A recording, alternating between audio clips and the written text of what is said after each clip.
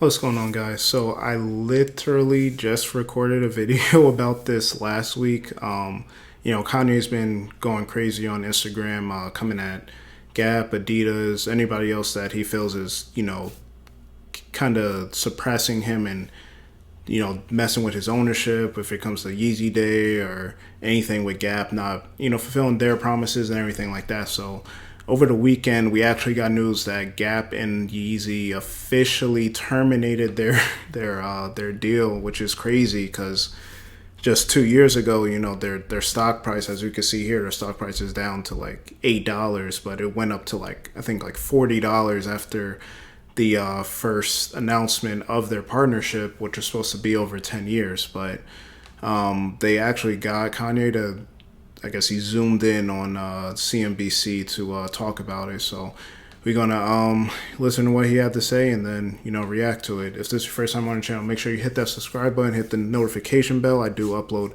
every single day, Monday through Friday, and let's get right into this news with Kanye and the Gap. Ye said he is terminating his deal with the retailer for failing to meet obligations in the agreement, including product distribution and opening Yeezy Gap stores. Joining us now to discuss, we've got a surprise guest for you, is Ye himself. It's good to see you. Thank you for joining us. Absolutely. Thank you for having me. So talk to us about what happened here. Why are you terminating this deal with Gap? I'm not saying my camera quality is the best, but Kanye can definitely afford a better camera. This joint is, increase the broadband or something on that Wi-Fi, bro. This is bad.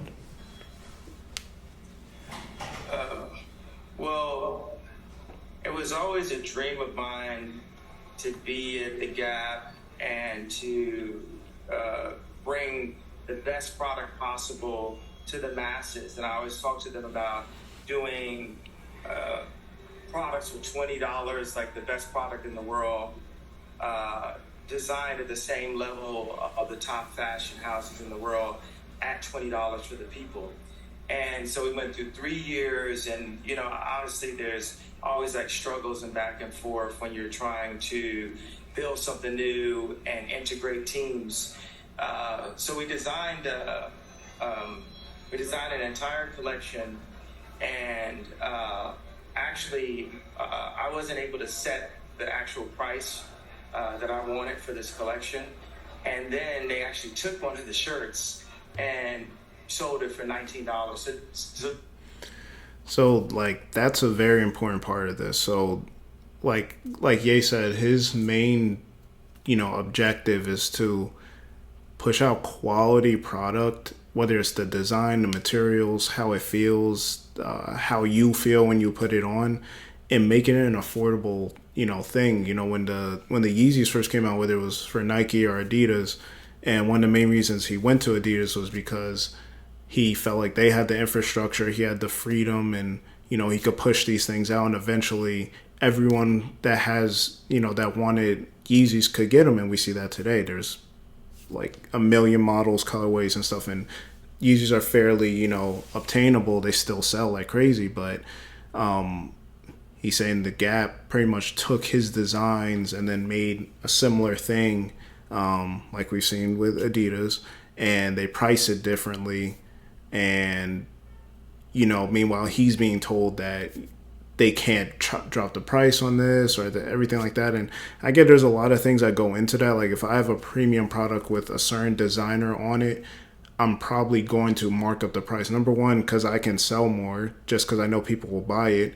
And then number two, there's different payments as far as like royalties and divine up who designed what and everything when you have a name on the product versus like, hey, this is the Gap's. So I get Ye's frustration with that, but I think that's kind of why the Gap did that. Same with Adidas.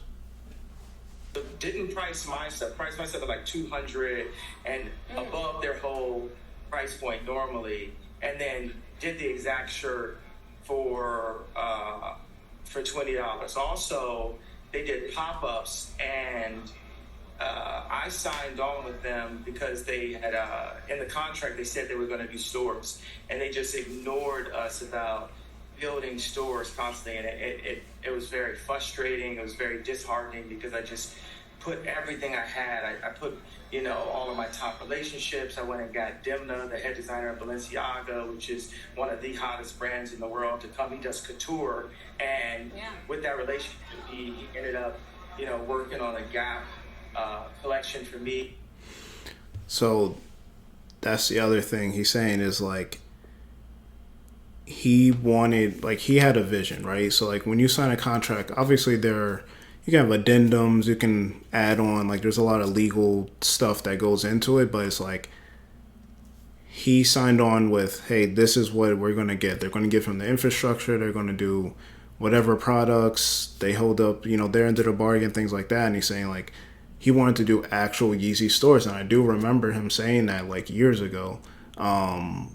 And they're doing pop-ups instead and all this kind of stuff, and that's in their contract. So that, as I read in an article, that also led to the deal being able to be, null and void, basically, or getting out of the deal. And you definitely got some good lawyers, because that was part of the plan. And the funny thing is, they announced this partnership, I think it was during the pandemic, so they still had that in the contract that they were going to have these stores, and I think by the end of 2021, and maybe they could have fought and said, hey, COVID, whatever, but they didn't decide to do that. So yeah, I can definitely get how that's frustrating. There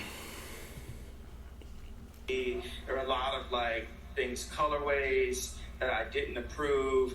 There's a lot of places that the product went to, certain sites where it was like they were just dog and pony and the idea around town. And sometimes I would talk to the guys, the heads up, the leaders, and it would just be like I was on mute or something.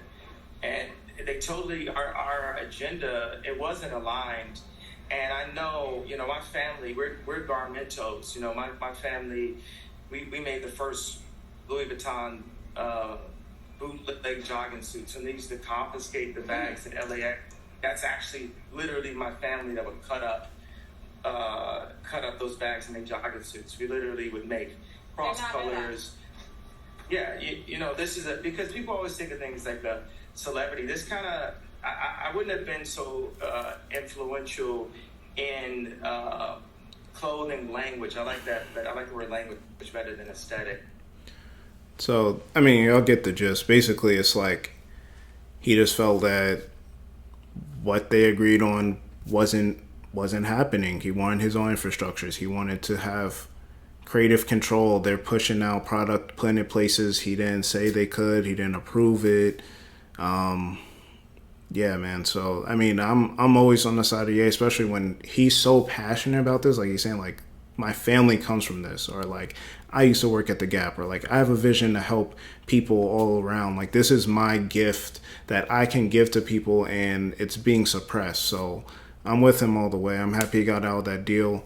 I'm interested to see what's going to happen with him and Adidas, though, because I mean, he's been there for a while. It's been about almost 10 years at this point. He signed in 2013, and I don't think anything to this degree of, voiding the contract and things like that has happened with Adidas, but that remains to be seen. But Ye was also like flowing out the idea of owning like a smaller independent company. So there's this interview. It looks like it's the same day. He's wearing the same outfit with Aloe. So Aloe does like, I think like athleisure, or I've seen him do like tennis stuff. I've seen on Instagram. So this interview is like 36 minutes long. I didn't watch it yet, but like there could be something in the works there. Not saying, I don't know if he has enough to, buy Aloe, but maybe he does something over there. We never know. But Complex did post this article up today. So the title says, Kanye West on Gap and Adidas placing restrictions on Yeezy standalone activities. He said the war is not over.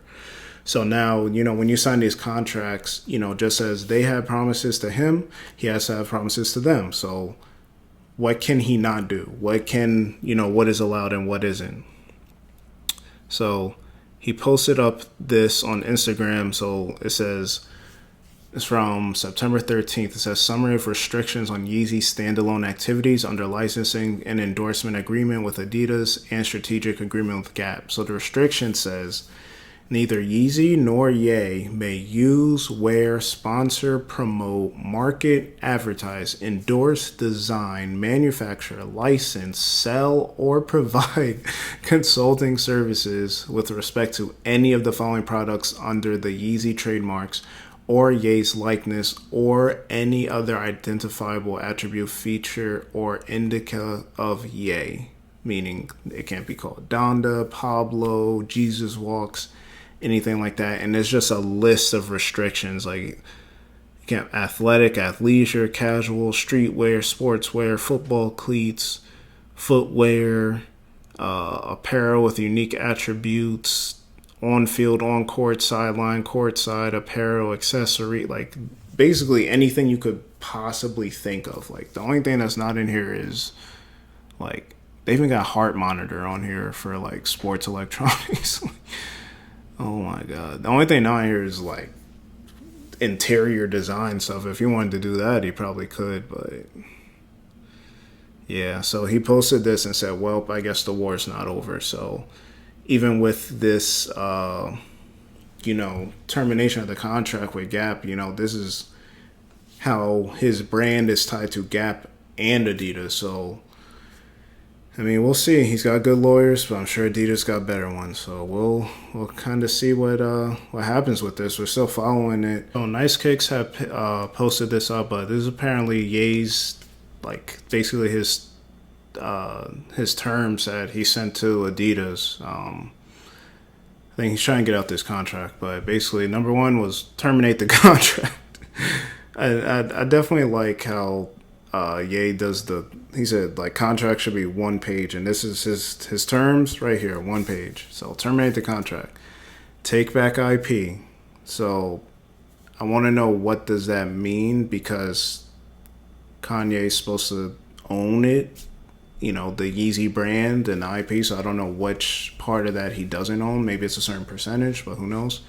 Number 3, Adidas pays $2 billion to Ye for number 1, stealing IP, and then number 2, damages to his brand, mental health, social standing, family, emotional abuse, blackmail, not opening stores, and lying about factory capacity. I'm not gonna lie, when it comes to this suit, like the legal system and all that, you gotta add everything in. People, that emotional stuff, the family, my mental health. Like, I'm not saying none of that's not true, but it's like you gotta add all that in to try and push, like, to get what you want. And then the last thing says Ye owns and operates Yeezy going forward. So I think that kind of ties in with number 2. We're taking back the IP, but it says Ye will decide Adidas' future role, collaboration, and or manufacturing, and Adidas would get cost of manufacturing plus 10%. So, I mean, he pretty much has it laid out. This is exactly what he wants. And, yeah, we'll have to see. But, good luck to Ye. I haven't bought a Yeezy in a while, at least not, like, retail, so I haven't really been caring that much about that product. But, Kanye's always going to land on his feet, no matter where it is. It's just he's, the old CEO of Gap said, like, this, he didn't agree with the signing just because it wouldn't match. He didn't think it would be a good marriage, and we've seen that happen. So, y'all let me know what y'all think. Is he going to stay with Adidas? Is he going to buy up a smaller brand? Where does he go from here? I mean, we know it's going to be something, but it's going to be interesting to see. But yeah, let me know in the comment section below. Leave a like on this video if you liked it. Subscribe if you're not already subscribed, and I'll catch you on the next video.